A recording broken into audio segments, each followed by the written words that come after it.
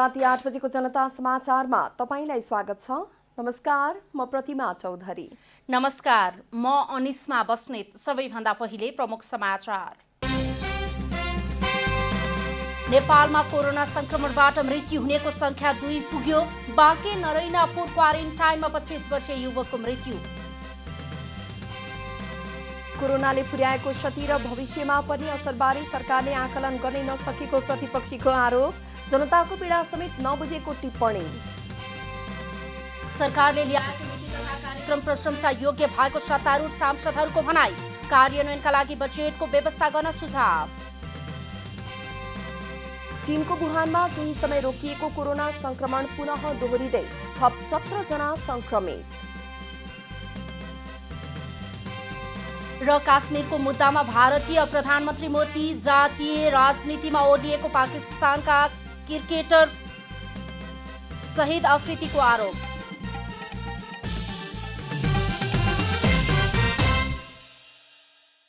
अब पुरा समाचार। नेपालमा कोरोना भाइरसबाट मृत्यु हुनेको संख्या 2 पुगेको छ।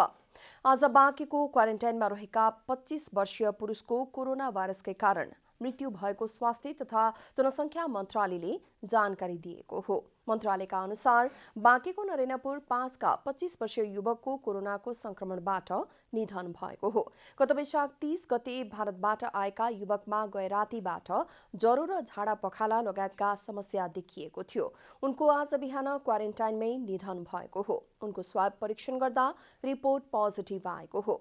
यसैगरी धुलीखेल अस्पतालमा 29 वर्षीय सुत्केरी महिलाको कोरोना भाइरसकै कारण मृत्यु भएको थियो। धुलीखेल अस्पतालमा निधन भएकी महिलाको कन्ट्याक्ट ट्रेसिङ भइरहेको मन्त्रालयले जनाएको छ। मन्त्रालयले उपत्यकाका विभिन्न स्थानमा 400 बढीको नमुना परीक्षणको तयारी गरेको छ, जसमा 150 को पीसीआर र 250 को आरडीटी परीक्षणका लागि नमुना सङ्कलन सुरु भएको छ।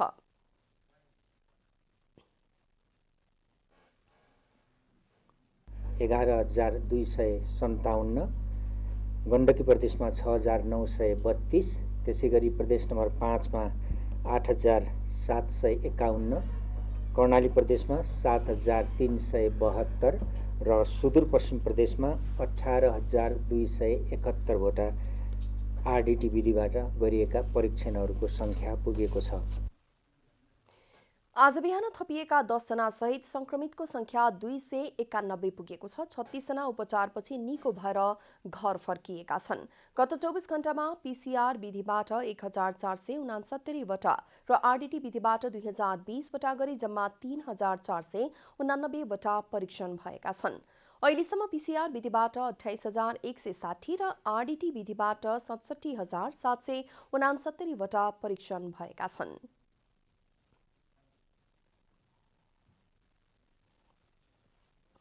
अस्पतालहरूले आरडीटी परीक्षणका लागि उपत्यकाभित्रका स्वास्थ्य संस्थाहरूले स्वास्थ्य सेवा विभागबाट र उपत्यका बाहिरका स्वास्थ्य संस्थाहरूले सम्बन्धित प्रदेश स्वास्थ्य निर्देशनालयबाट अनुमति लिनुपर्नेछ। मन्त्रालयका अनुसार उपत्यकामा 35 र बाहिर 311 गरी 346 जना आइसोलेसनमा रहेका छन्। कोरोना भाइरस रोकथाम तथा नियन्त्रण उच्चस्तरीय समन्वय समितिले लकडाउन बढाउँदै थप कडाई गर्न सरकारलाई सिफारिस गरेको छ। आइतबार बसेको समिति बैठकले जेठ 5 गतेपछि लकडाउन थप कडाई गर्न सरकारलाई सिफारिस गरेको हो। लकडाउनका कारण ठूलो दुर्घटनाबाट जोगिएको अवस्थामा थप कडाई गर्ने विषयमा सरकारलाई सिफारिस गरिएको प्रधानमन्त्री तथा मन्त्रिपरिषद कार्यालयका सचिव नारायण प्रसाद बिडारीले बताउनुभयो। यो बन्दाबन्दीको अवस्थाले सम्भावित ठुलो दुर्घटनाबाट हामीलाई जोगाएर यहाँसम्म ल्याइपुर्याएको अवस्था छ। यसको यो बरकरार यो स्थितिलाई अझ अगाडि कायमै गर्दै जानुपर्छ भन्ने नै समग्र उपस्थित रहनुभएका सदस्य तथा अध्यक्षज्यू, यहाँका सहभागी सबै सरहरूको त्यो भनाइ आएको छ। बैठकले सुरक्षा व्यवस्थालाई प्रभावकारी गर्ने, आपूर्ति व्यवस्थालाई सहज गर्दै दैनिक उपभोग्य वस्तुको नियमित आपूर्ति गर्ने निर्णय समेत गरेको छ। यसैबीच लकडाउनको विषयमा छलफल गर्न मन्त्रिपरिषदको बैठक बालुवाटारमा जारी छ। प्रमुख प्रतिपक्षी दल नेपाली कांग्रेसले सरकारले कोरोना भाइरसले पुर्याएको क्षति र भविष्यमा पार्न सक्ने असरको आकलन गर्न नसकेको आरोप लगाएको छ। कांग्रेसले सरकार जनताको दुःखप्रति संवेदनशील नभएको तथा उनीहरूको पीडा बुझ्न सक्ने हृदय नै नभएको दावी समेत गरेको छ। प्रतिनिधि सभाको आइतबारको बैठकमा आर्थिक वर्ष 2077-78 को नीति तथा कार्यक्रममाथि आफ्नो धारणा राख्दै प्रमुख प्रतिपक्षी दल नेपाली कांग्रेसका सभापति शेरबहादुर देउवाले कोरोनाले पुर्याएको क्षतिको ज्ञान नै नभएको टिप्पणी गर्नुभएको छ। उहाँले सरकार जनताको दुःखप्रति संवेदनशील नभएको तथा उनीहरूको पीडा बुझ्न सक्ने हृदय नै नभएको आरोप समेत लगाउनुभयो। कोरोना भाइरसको महामारीका समयमा आएको सरकारको नीति तथा कार्यक्रम बहुवर्षीय योजनाको कोरा कल्पनामा अल्झिएको देउवाको तर्क छ। महामारी नियन्त्रण गर्न सरकार पूर्ण रूपले असफल भएको दावी गर्दै उहाँले समुदाय स्तरमा पीसीआर परीक्षण व्यापक बनाउन आग्रह समेत गर्नुभयो। स्वास्थ्य सामग्री तत्काल पर्याप्त प्रबन्धन गर्न, पीसीआर परीक्षणको दायरा व्यापक रूपले समुदाय स्तरमा पुर्याउन, विभिन्न क्षेत्रका लागि आवश्यक राहतको व्यवस्थित प्याकेज ल्याउन र विदेशमा अप्ठ्यारो परेका नेपाललाई स्वदेश फर्काएर मापदण्डयुक्त क्वारेन्टाइनमा व्यवस्थित रूपले राखेर परीक्षण पश्चात घर पुर्याउने व्यवस्था मिलाउन सरकारसँग माग गर्न चाहन्छु। नीति तथा कार्यक्रममा सरकार आत्मप्रशंसामा नै रमाएको भन्दै देउवाले यसअघिका 2 वर्षको आफ्नै नीति तथा कार्यक्रम पढ्न प्रधानमन्त्रीलाई सुझाव समेत दिनुभयो। नीति तथा कार्यक्रममा केवल सरकारले आत्मप्रशंसा गरेको छ। विगत 2 वर्षमा निकै काम गरेको दावा गरिएको छ। म सम्माननीय प्रधानमन्त्रीलाई विगत 2 वर्षका नीति तथा कार्यक्रम पुनः एकपल्ट पढ्न अनुरोध गर्छु। लिम्पियाधुरा, लिपुलेक र कालापानीबारे नीति तथा कार्यक्रममा उल्लेख गर्नु सकारात्मक भए पनि अपूर्ण भएको बताउँदै उहाँले नेपाली भूमिमा बनाइएका सडकबारे चीनसँग पनि परिणाममुखी वार्ता गर्न आग्रह गर्नुभयो। बैठकमा नेपाली कांग्रेसकै सांसद डाक्टर मिनेन्द्र रिजालले नीति तथा कार्यक्रम सार्वजनिक गर्ने बहानामा सरकार सांसदहरूको स्वास्थ्य सुरक्षाप्रति संवेदनशील हुन नसकेको आरोप लगाउनुभयो। नेपाली जनतालाई आज बाँच्न गाह्रो भएको छ। आज नेपाली जनता आहतमा छ। कोरोनाको कहरबाट कसरी बाँच्ने छ, सरकार 2099 के गर्ने भन्ने कुरा नीति र कार्यक्रममा लिएर आउँछ। योभन्दा ठुलो संवेदनहीनताको परिचय केही पनि हुन सक्दैन।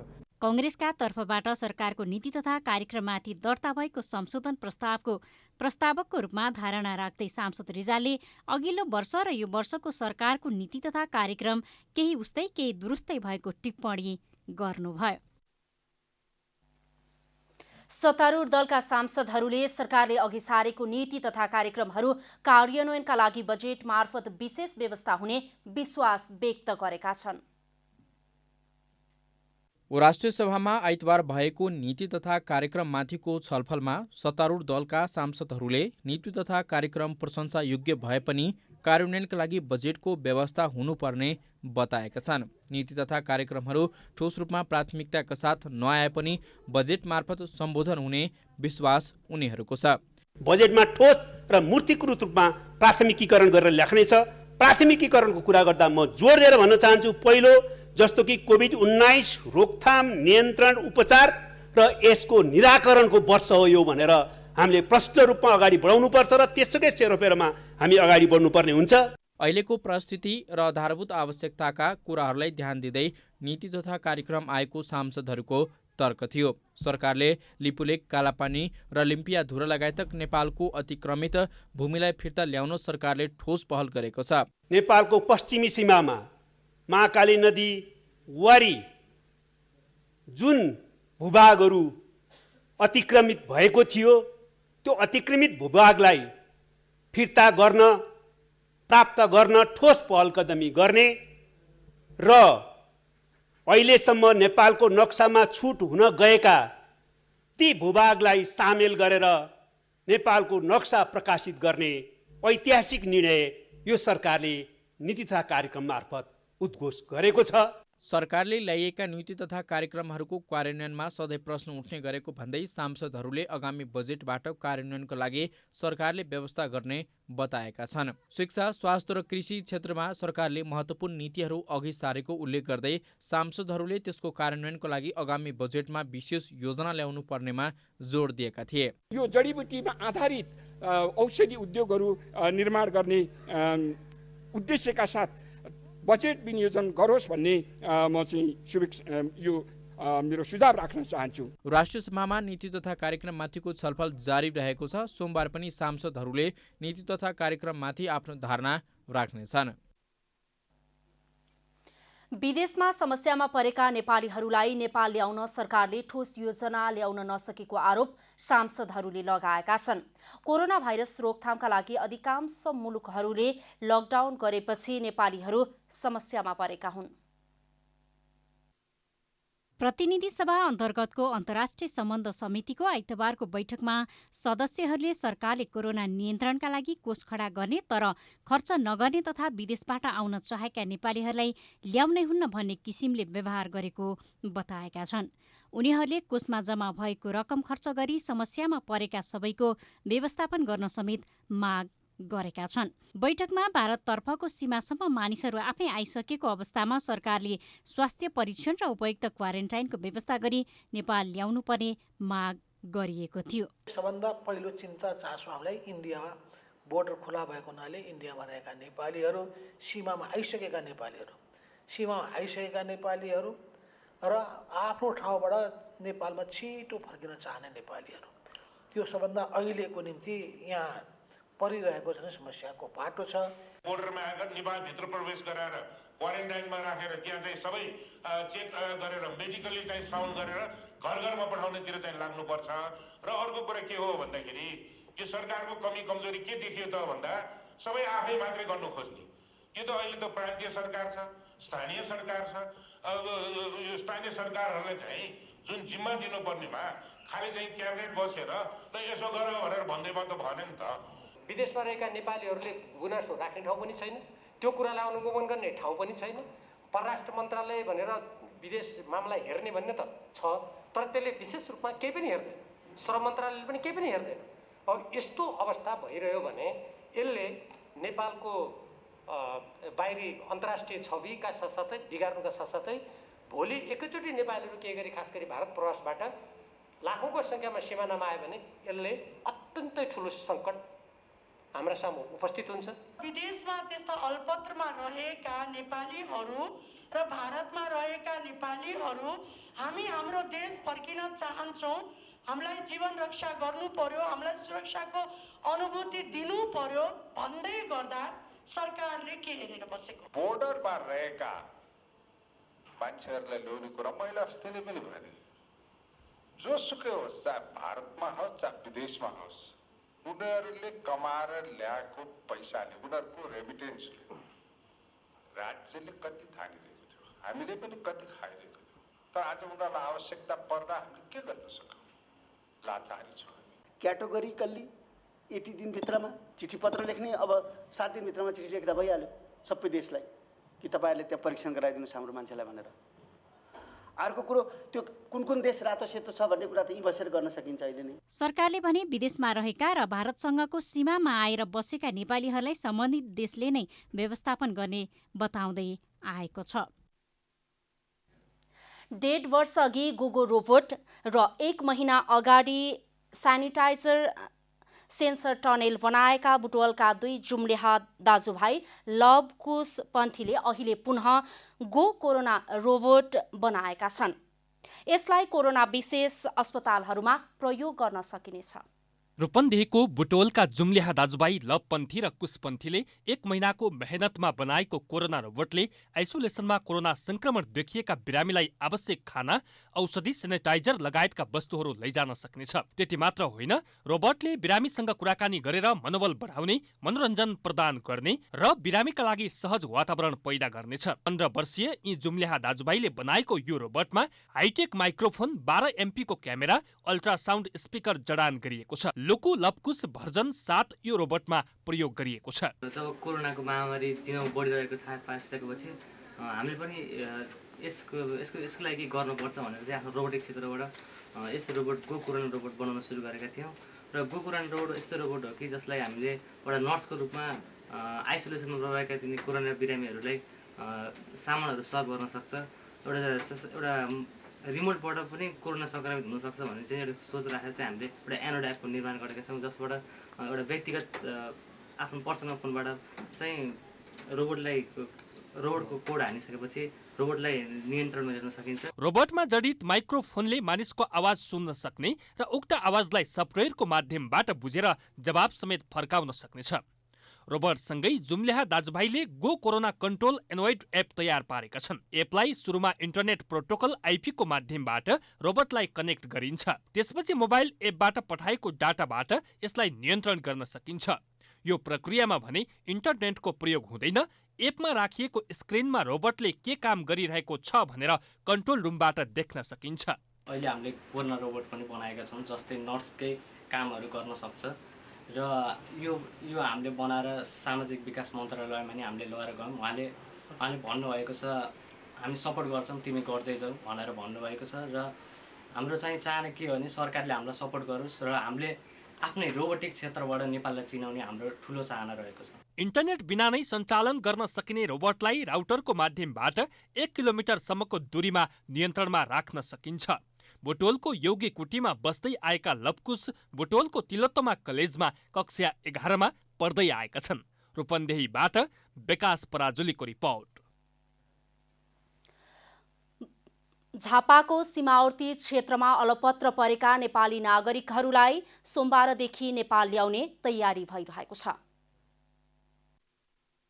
प्रदेश 1 का आन्तरिक मामिला तथा कानुन मन्त्री हिक्मत बहादुर कार्की र सामाजिक विकास राज्य मन्त्री जसमाया गजमेर सहित सरकारवालाहरूको बैठकले सीमा क्षेत्रमा अलपत्र परेका नेपालीलाई स्वदेश ल्याउने निर्णय गरेको छ। सोमबार करिब 300 नेपालीलाई काकड भित्ता नाकाबाट ल्याउने गरी व्यवस्थापनको तयारी भइरहेको कोरोना भाइरस संक्रमण रोकथाम उपचार समन्वय तथा अनुगमन समितिले जनाएको छ। त्यसपछि भने सीमावर्ती क्षेत्रमा अलपत्र परेका नेपालीलाई क्रमशः प्रवेश दिइनेछ। हाललाई स्थानीय तहले निर्माण गरेका क्वारेन्टाइनलाई नै होल्डिङ पोइन्टका रूपमा प्रयोग गर्ने बताइएको छ। झापामा 750 बेड क्षमताको क्वारेन्टाइन तयार भइसकेको छ।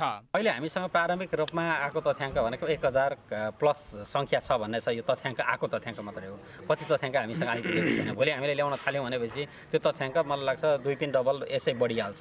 त्यसैले हामी यसलाई भोलिदेखि नै ल्याउन सुरु गर्छौँ। सुरु गर्दै गर्दै जति नागरिकहरूको तथ्याङ्क बढ्दै जान्छ उहाँहरूको ल्याउन थाल्छौँ।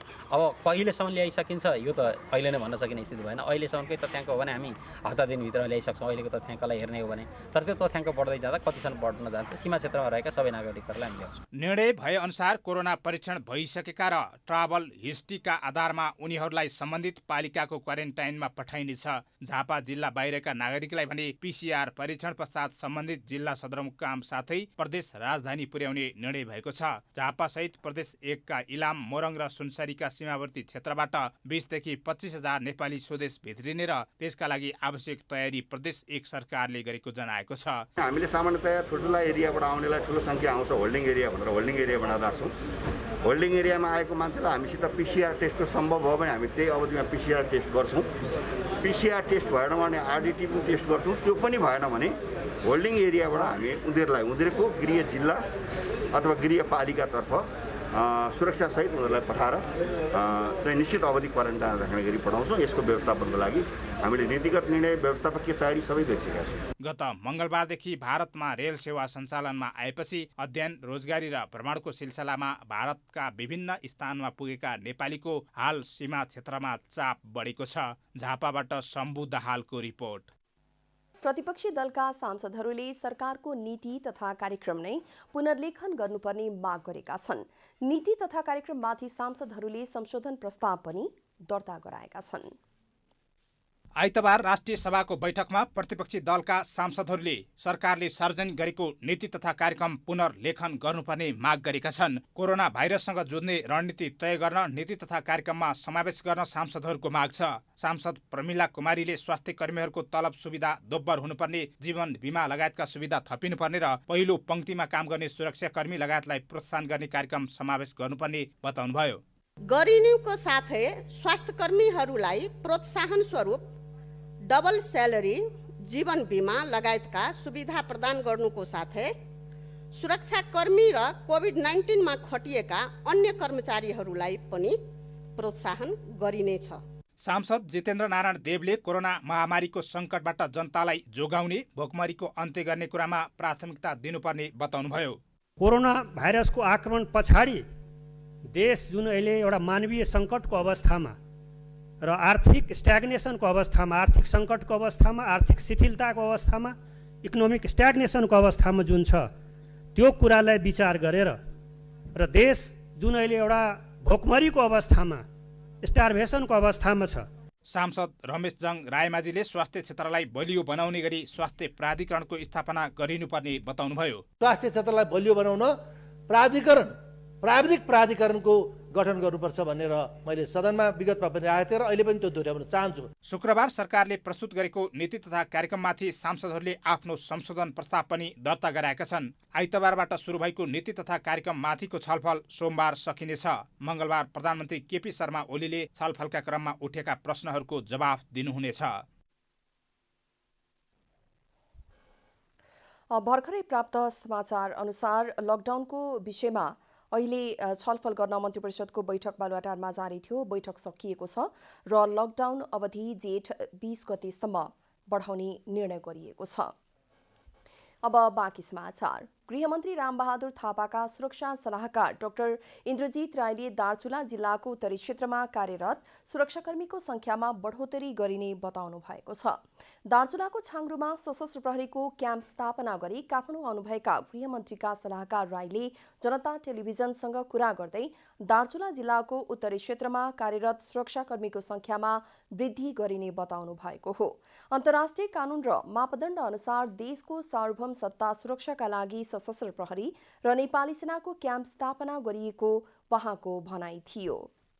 जाडो हावा चल्ने हैन, चारैपट्टि हिमाल छ, त्यहाँको पानी छुँदा पनि एकदम हात ठिङ्ग्रिने एकदम चिसो न चिसो पानी छ। त त्यस्तो अवस्थामा तिनीहरूलाई विशेष प्रकारको इक्विपमेन्टहरू चाहिन्छ हाम्रो फोर्सलाई पनि।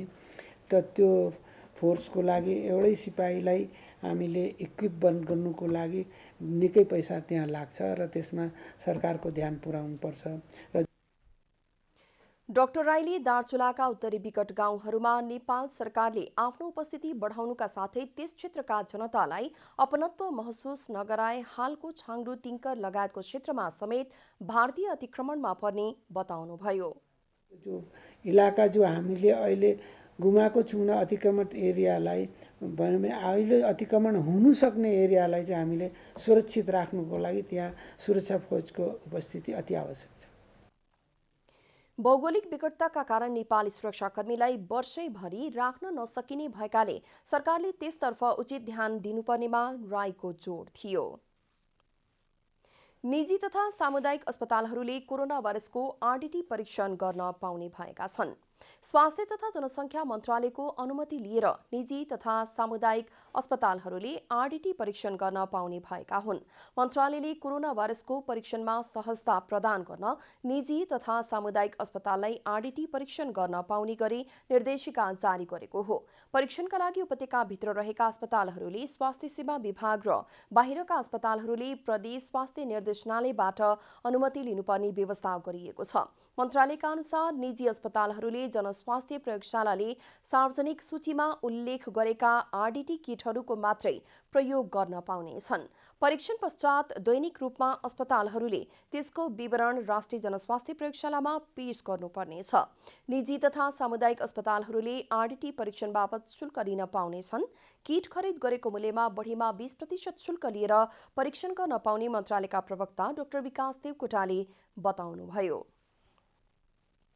नेपाल प्रवासी चिनिया व्यापार संघले काठमाडौँ महानगरपालिकालाई कोरोना भाइरसबाट बस्न स्वास्थ्य सामग्री प्रदान गरेको छ।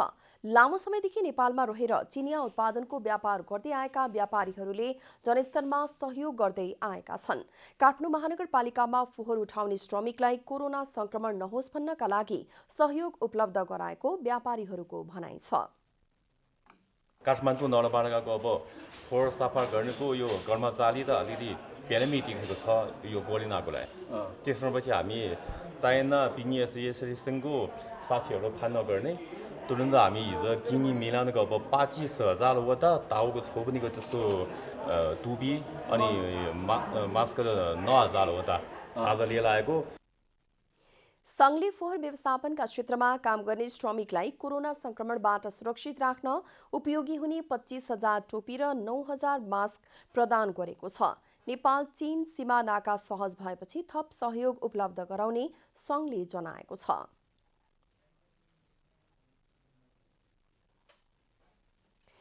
भारतले नेपाललाई कोरोना भाइरस परीक्षण गर्ने पीसीआर टेस्ट किट सहयोग गरेको छ। 30,000 पीसीआर टेस्ट किट आज भारतले नेपाल सरकारलाई उपलब्ध गराएको हो। नेपालका लागि भारतीय राजदूत विनय मोहन क्वात्राले स्वास्थ्य मन्त्री भानुभक्त ढकाललाई पीसीआर टेस्ट किट हस्तान्तरण गर्नुभएको हो। माइल्याबले उत्पादन गरेको परीक्षण किट प्याथो डिटेक्ट कोभिड-19 qualitative RT PCR test kit रहेको छ। पीसीआर किट बुझ्दै मन्त्री ढकालले आफै पनि अप्ठ्यारो परिस्थितिमा रहेको बेलामा समेत सहयोग गरेकोमा आभार व्यक्त गर्नुभयो। उहाँले कोरोना विरुद्धको लडाईँमा भारतले सहयोग गरिरहेको सम्झँदै अन्य औषधिजन्य वस्तुको सहज आपूर्ति व्यवस्था मिलाउन समेत राजदूत क्वात्रालाई आग्रह गर्नुभयो।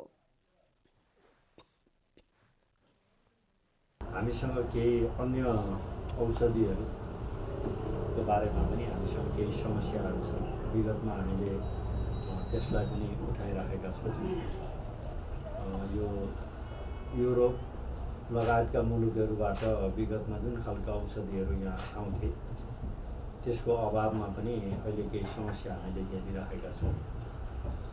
महामहिमज्यू मार्फत मित्र राष्ट्र भारतसँग हामीले अन्य वैकल्पिक व्यवस्थाहरूको बारेमा पनि कुरा गर्नुपर्ने खालको एउटा ठाउँमा छौँ। भारतले गत वैशाख 10 गते पनि 23 टन स्वास्थ्य सामग्री नेपाल सरकारलाई सहयोग गरेको थियो। राष्ट्रिय मुस्लिम आयोगले ईद उल फित्रका दिन घरमै बसेर नमाज पढ्न आग्रह गरेको छ।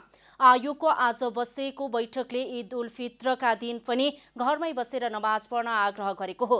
रमजान महिनाको अन्त्यमा मनाइने प्रमुख पर्व ईद उल फित्रका दिन मस्जिद र मदरसामा गई सामूहिक नमाज पढ्ने गरिन्छ। यस वर्ष कोरोना भाइरसको महामारीको स्थितिलाई ख्याल गरी ईद पर्वलाई घरमै बसेर मनाउन आयोगको आग्रह रहेको छ। आयोगले ईदको नमाज पढेपछि छरछिमेकमा पुगी एक अर्कामा शुभकामना आदान प्रदान नगर्न समेत आग्रह गरेको छ।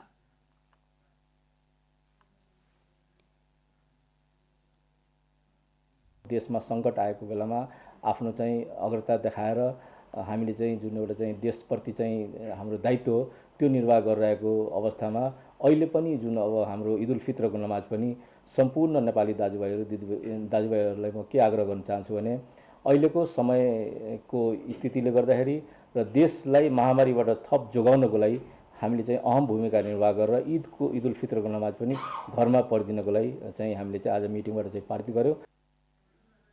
इस्लाम धर्ममा रमजानको एक महिना लामो व्रत तोड्ने दिन ईद उल फित्र मनाउने गरिन्छ। ललितपुर महानगरपालिकाका सम्पूर्ण जनप्रतिनिधिको पीसीआर टेस्ट गर्न नमुना सङ्कलन भएको छ। महानगरपालिकाले आइतबार 29वटै ओडाका 147 जना जनप्रतिनिधिको पीसीआर टेस्टका लागि नमुना सङ्कलन गरेको हो। कोरोना भाइरस संक्रमणको आशंका लागेकाहरूको जाँच गर्न स्वास्थ्य तथा जनसङ्ख्या मन्त्रालयबाट 1050 थान पीसीआर किट उपलब्ध भएपछि महानगरपालिकाले सबै जनप्रतिनिधिको पीसीआर टेस्ट गर्न लागेको हो।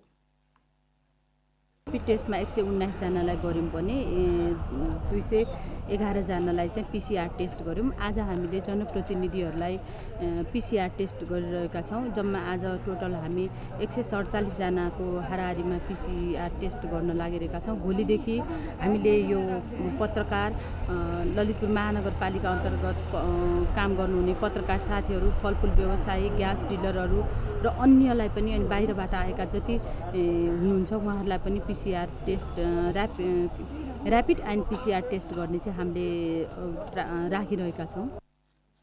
जनप्रतिनिधिसँगै महानगरभित्र कार्यरत पत्रकार, फलफुल व्यवसायी, ग्यास डिलरहरूमा काम गर्ने व्यक्तिहरूको पनि पीसीआर र आरडीटी परीक्षण गर्न लागि महानगरले जनाएको छ।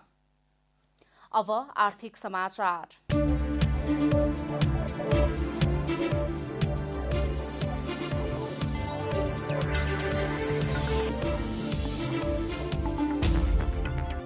नेपाल चेम्बर अफ कमर्सले ब्याङ्क तथा वित्तीय संस्थाको ब्याज दर 6% बिन्दुले घटाउन माग गरेको छ। आगामी आर्थिक वर्ष 2077-78 को बजेटका विषयमा अर्थ मन्त्रालयलाई सुझाव दिँदै चेम्बर अफ कमर्सले सबै प्रकारको व्यावसायिक कर्जामा कम्तीमा 4% सरकारी अनुदान र 2% ब्याङ्कबाट सहुलियतको व्यवस्था गरिनुपर्ने माग गरेको हो। चेम्बरले विदेशमा वस्तु निर्यात गर्ने व्यवसायीलाई 15% सम्मको अनुदान दिन सरकारसँग माग गरेको छ। 70% भन्दा बढी मूल्य अभिवृद्धि अर्थात् भ्यालु एडिसन भएको निर्यातमा 15% नगद अनुदान दिन चेम्बरको माग छ।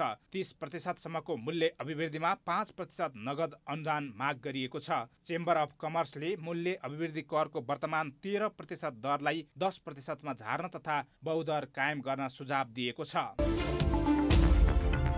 नेपाल राष्ट्र ब्याङ्कले 15 अर्ब 74 करोड 50 लाख रुपियाँको ट्रेजरी बिल बिक्री गर्ने भएको छ। राष्ट्र ब्याङ्कले 91 दिने अवधिको 2 अर्ब रुपियाँ, 182 दिन अवधिको 11 अर्ब 85 करोड 50 लाख रुपियाँ र 1 वर्ष अवधिको 1 अर्ब 89 करोड रुपियाँको सरकारी ऋण पत्र जारी गर्न लागेको हो। लगानीकर्ताले अनलाइन मार्फत बोल कबोल गर्न सक्नेछन्। उक्त सरकारी ऋण पत्रको बोल कबोल जेठ 5 गते खुला गरिनेछ। लकडाउनका कारण पेट्रोलियम पदार्थको कारोबार घटेपछि नेपाल आयल निगमले निजी क्षेत्रका विक्रेतालाई हप्तामा एक पटक मात्र आपूर्तिको व्यवस्था गर्ने भएको छ। पेट्रोलियम पदार्थको कारोबार जम्मा 30% मा झरेपछि सहकारी तथा सरकारी क्षेत्रबाट सञ्चालन भएका विक्रेतालाई दैनिक र निजीलाई हप्ताको एक पटक आपूर्तिको व्यवस्था गर्ने भएको हो। निगमले कोरोना भाइरसको जोखिमबाट बच्न जिल्ला प्रशासन कार्यालयसँग समन्वय गरी पेट्रोलियम पदार्थ ढुवानी गर्ने सवारी साधनका चालक तथा सहचालकका साथै प्रत्येक ट्याङ्करलाई मानव बस्तीदेखि टाढा राख्ने प्रबन्ध मिलाइएको निगमका प्रवक्ता विनित मणि उपाध्यायले जानकारी दिनुभएको छ। लकडाउनका कारण केही समय रोकिएको सिंहदरबार प्रबलीकरणको कार्य पुनः थालिएको छ। सिंहदरबारको पश्चिम मोहडामा जगको काम भइरहेको छ। बाँकी 3वटा मोहडामा प्रबलीकरणको मुख्य काम सम्पन्न भई यति बेला टायल, मार्बल एवं पेन्टिङको काम भइरहेको छ। सिंहदरबार प्रबलीकरण कार्यको कार्यान्वयन हेर्ने राष्ट्रिय पुनर्निर्माण प्राधिकरण अन्तर्गतको केन्द्रीय आयोजना कार्यान्वयन इकाइ भवन उपनिर्देशक झप्पर सिंह विश्वकर्माले स्वास्थ्य तथा सुरक्षाका उपाय अपनाएर कामदार थप्दै प्रबलीकरण कार्यलाई अघि बढाइएको बताउनु भएको छ। विश्वकर्माका अनुसार निर्माण कम्पनीले हाल निर्माण स्थलमा बाँकी रहेका तथा स्थानीय स्तरमा उपलब्ध निर्माण सामग्री प्रयोग गरिरहेका छन्। निर्माण सामग्री उपलब्ध भएसम्म काम अघि बढाउन सकिने उहाँको भनाइ छ। कामदारहरूलाई सानो सानो समूहमा परिचालन गर्ने तथा कार्यक्षेत्रमा जानु अघि ज्वरो नाप्ने गरिएको निर्माण company Gauri Parvati new technical जेबीका प्रतिनिधि लक्ष्मी सुवेदीले जानकारी दिनुभयो। 4वटा मोहडाको प्रबलीकरणको काम हाल 119 कामदारले गरिरहेका छन्। सुवेदीले कामदारहरूलाई कार्यस्थलमै बस्ने तथा खाने व्यवस्था गरिएको जानकारी दिनुभयो। त्यसैगरी लकडाउनका कारण रोकिएका रानीपोखरी एवं धरहरा पुनर्निर्माणको काम पुनः सुरु भएको छ।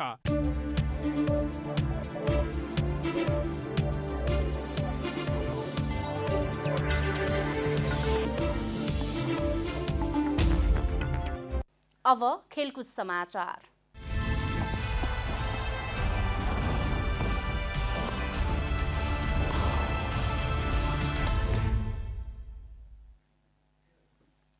पाकिस्तानका पूर्व कप्तान शाहिद अफरिदीले काश्मीरको मुद्दामा भारतीय प्रधानमन्त्री नरेन्द्र मोदी महत्त्वकांक्षी बन्दै जातीय राजनीतिमा ओर्लिएको धारणा राखेका छन्। मोदीको जातीय राजनीतिका कारण भारत र पाकिस्तान बीचको क्रिकेट खेल समेत प्रभावित हुँदै आएको अफरिदीले जिकिर गरेका छन्। मोदीले काश्मीरलाई थिचोमिचो गरिरहेका छन् र कुनै दिन यसको जवाफ उनले जनतालाई दिनुपर्ने बताएका छन्।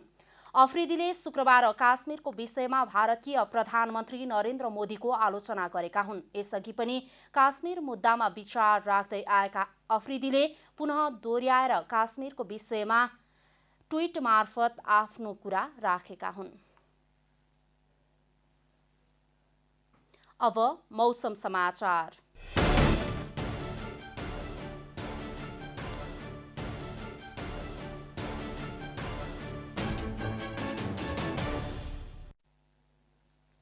आज दिउँसो देशभरको मौसम आंशिकदेखि सामान्यतया बदली रह्यो। आज राति आंशिकदेखि सामान्य बदली भई देशका केही स्थानमा हावाहुरी सहित वर्षाको सम्भावना रहेको जल तथा मौसम पूर्वानुमान महाशाखाले जनाएको छ। अब देशभरका विभिन्न स्थानको मौसम सम्बन्धी थप विवरण।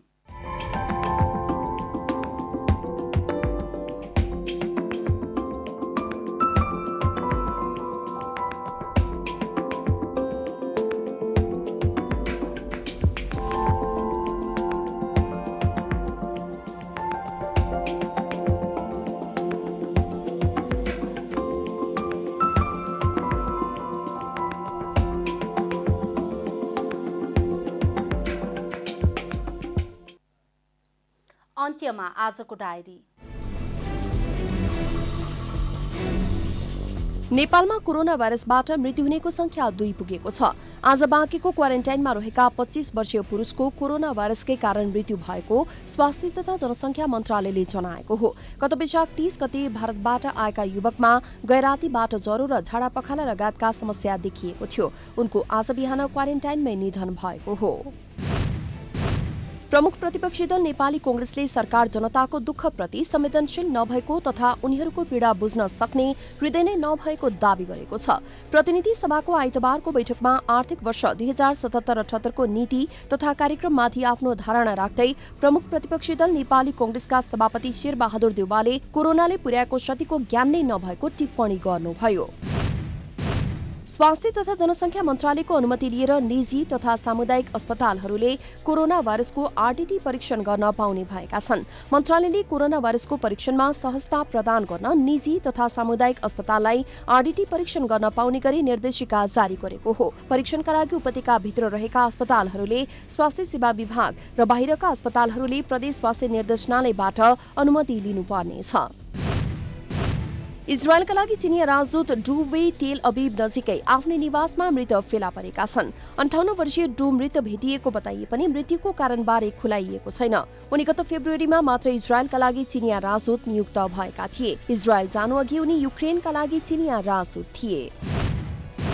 पाकिस्तानका पूर्व कप्तान शाहिद अफ्रिदीले काश्मीरको मुद्दामा भारतीय प्रधानमन्त्री नरेन्द्र मोदी महत्वाकांक्षी बन्दै जातीय राजनीतिमा ओर्लिएको धारणा राखेका छन्। मोदीको जातीय राजनीतिका कारण भारत र पाकिस्तान बीचको क्रिकेट खेल समेत प्रभावित हुँदै आएको अफ्रिदीले जिकिर गरेका छन्।